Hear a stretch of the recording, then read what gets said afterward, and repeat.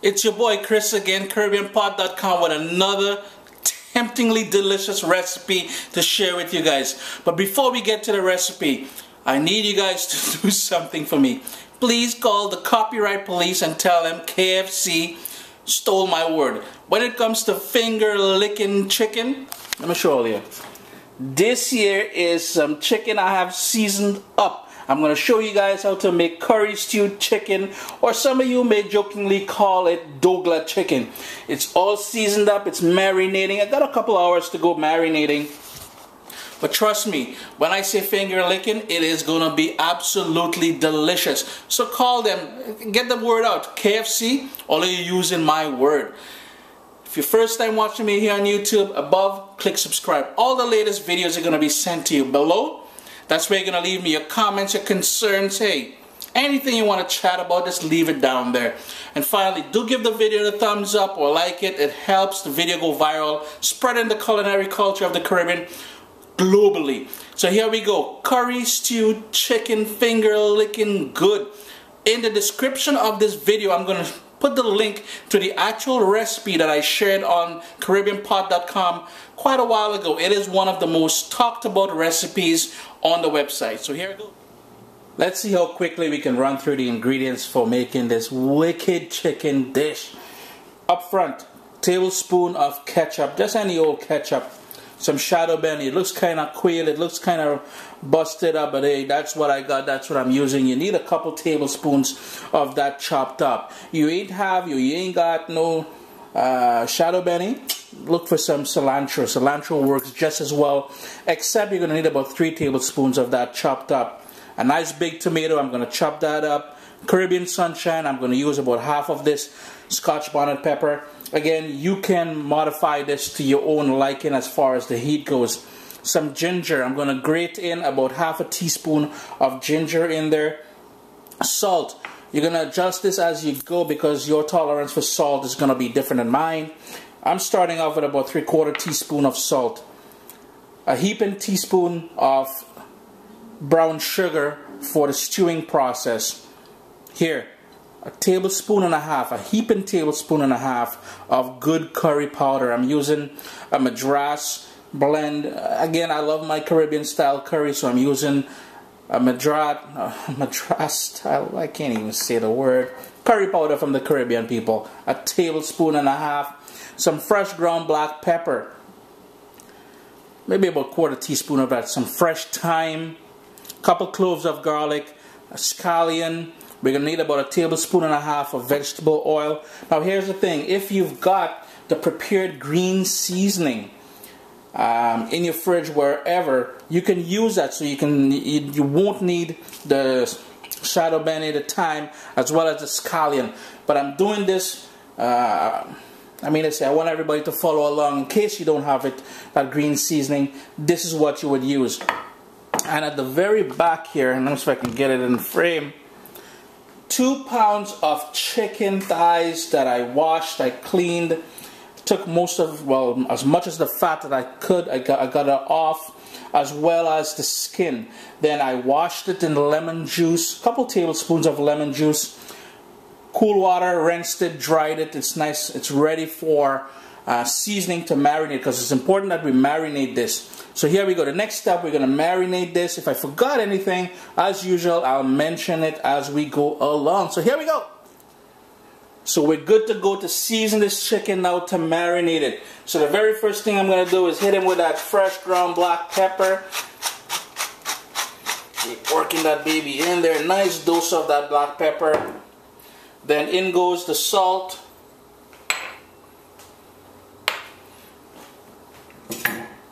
The ketchup,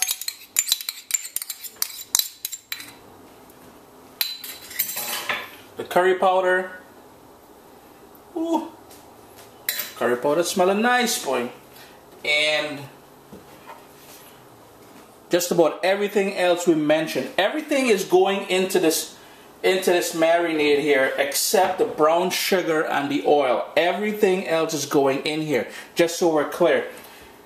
The thyme, all I'm doing, I'm going to bend it up a little bit just to release those flavors. Stems and everything is going in there. At the end, if I want, I can fish that out. I just love the flavor from the stems and everything when it's cooking. And everything else that we chopped up is going in here. The tomato, the garlic, the onion, shadow bene, scallion, just about everything. And finally, the ginger. I'm just going to grate that ginger directly into here. Release all those wicked flavors. Bam. It's all in there. Now here's where we're going to get creative, people. Our hands. You can use spoon if you want, but hey, I'm old school. I'm going to use my hand. And I'm going to work that marinade into this chicken. We want to make sure that curry powder, that everything gets connected, married, whatever, to every piece of chicken. I'm just going ahead and work this. Then I'm going to put some cling wrap over it, put it in the fridge, and let it marinate for at least nothing less than an hour.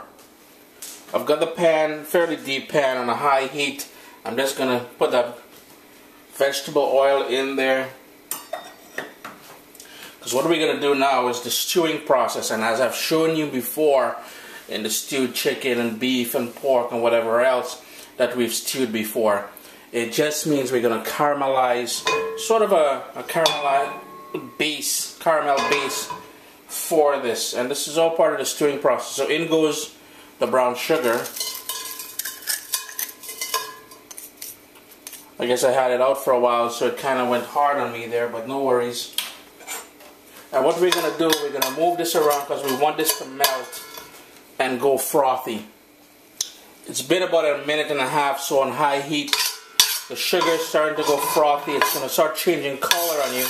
So that's exactly what we want, as we've discussed in the past. Now remember, since we're playing with well, not playing, but cooking with hot oil and melted sugar here, use a long handle spoon in case it splatters when you add the seasoned chicken to it. At least you're going to be out of harm's way. Now, I'm not sure how clear the video is here because the lighting isn't that great.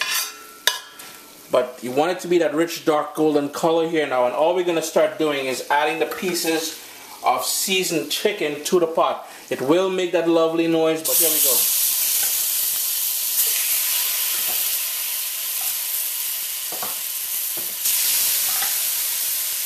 Just going to give it a quick stir because we really don't want the sugar burning on us. Immediately with the stewing and the curry, it's going to have a wicked smell, a wicked scent. I'm just going to continue adding the seasoned pieces of chicken, marinade, and everything is going to go in there now.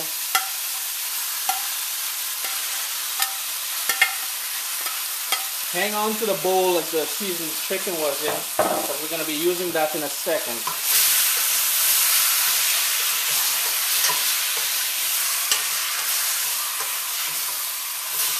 Pick up all those flavors on the bottom of the pan. I'm just going to turn my heat down now to medium, and we're going to allow this to form a wicked base for the dish itself. So I'm just going to put the lid on there and allow that to cook for about 15 minutes or so. It's been simmering away now for about 15 minutes. You're going to notice a few things, and what I forgot to mention to you guys, you got to stir it ever so often. And you got to keep your heat between medium and a medium low, because you really want this to sort of cook quite a bit before we actually do the next step. The next step is we're going to turn up the heat. I'm just going to give it a quick stir to show you guys how beautiful the color is on this chicken already. Yeah, looking good. What we're going to do now is turn up the heat and we're going to burn off all that liquid. Now, you're probably wondering, and I've known in the past people have asked, why do we burn off the liquid? The whole idea here is to create that flavor base by burning off all that liquid, and second, to brown the pieces of meat. One of the things we don't really appreciate down in the Caribbean is meat that's without color. Let's just put it that way. So what I'm going to do now is crank up the heat, and I'm going to burn off that liquid. We got to keep stirring so the pieces of chicken don't burn. Once the liquid is all burnt off, what I have here, and remember I told you guys to keep that bowl we marinated the chicken in. Here I have it here, and what I did was